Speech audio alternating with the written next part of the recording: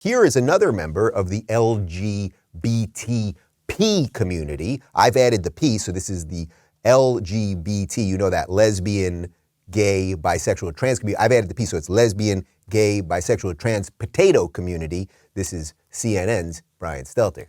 In the United States, we're seeing a theme of the midterm elections emerging. It's the way you can see a wave start to form far from shore before it breaks on the beach.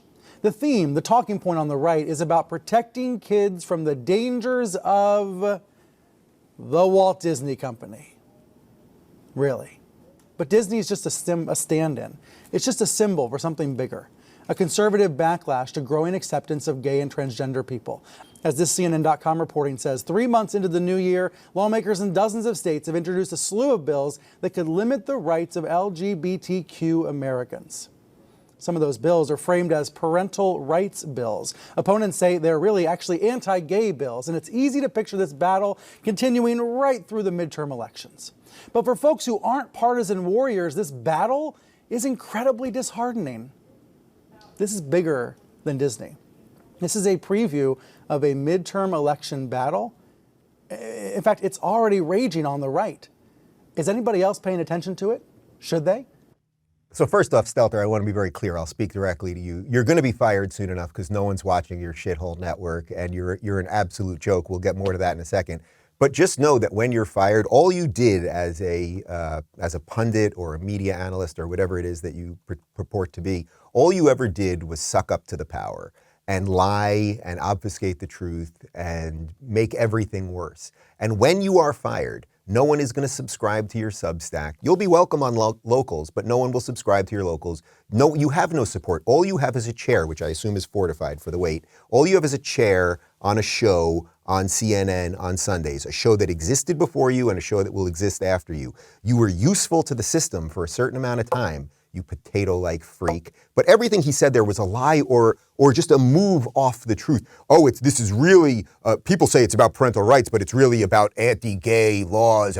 There are no anti-gay laws. Ron DeSantis is not anti-gay. I was at Thursday at an event where I brought him on stage. I introduced him to my husband. He congratulated us on having kids. He sent us onesies for the babies. If there was a move on gay rights, do you think I'd be screaming about it? God, these people are liars and propagandists. I don't know how that happens to the human soul. I really don't.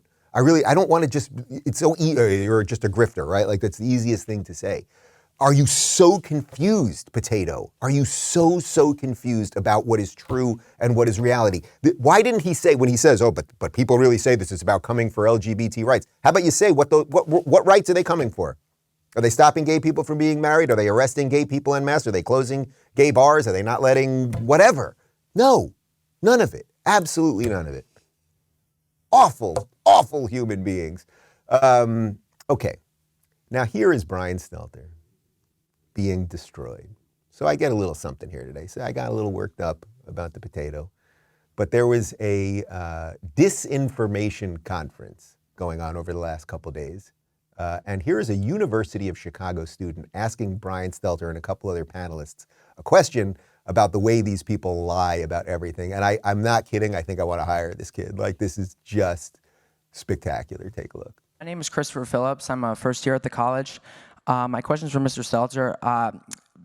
You've all spoken extensively about Fox News being a purveyor of disinformation. But CNN is right up there with them. They pushed the Russian collusion hoax. They pushed the Jussie Smollett hoax. They smeared Justice Kavanaugh as a rapist, and they also smeared Nick Sandmann as a white supremacist.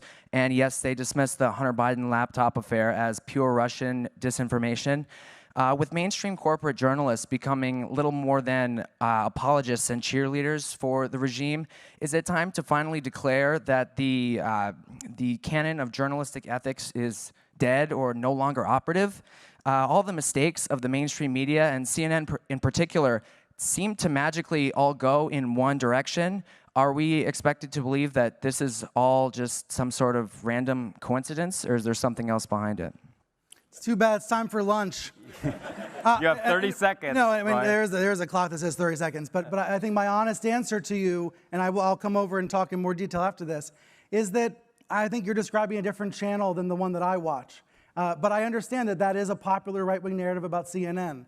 I think it's important when we talk about shared reality and democracy, all these networks, all these news outlets have to defend democracy. And when they screw up, admit it.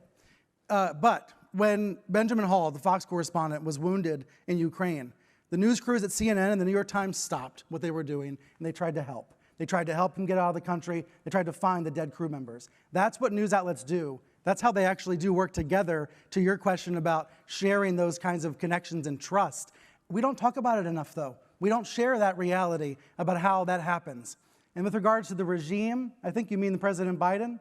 The last time I spoke with a Biden aide, we yelled at each other. So that's the reality of the news business that people don't see, that people don't hear. They imagine that it's a situation that it simply is not.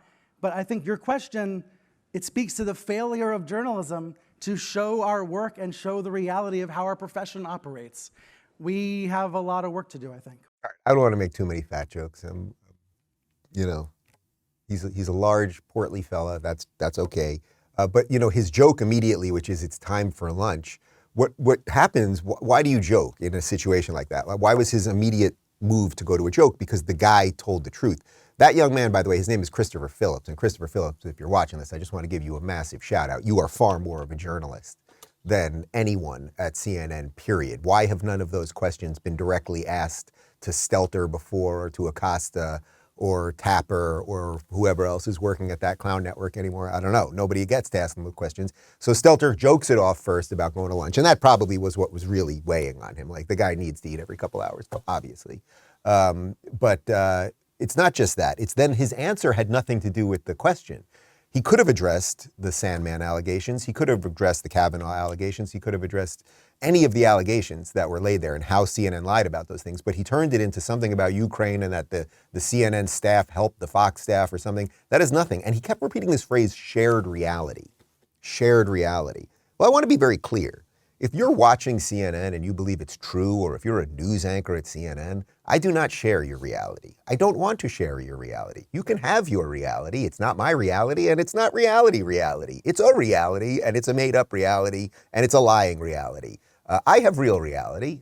You watching this, you have real reality, and that's what we have to protect and defend. And as I keep saying, we have to mock the hell out of these people, let them burn themselves down, and we then have to build new things.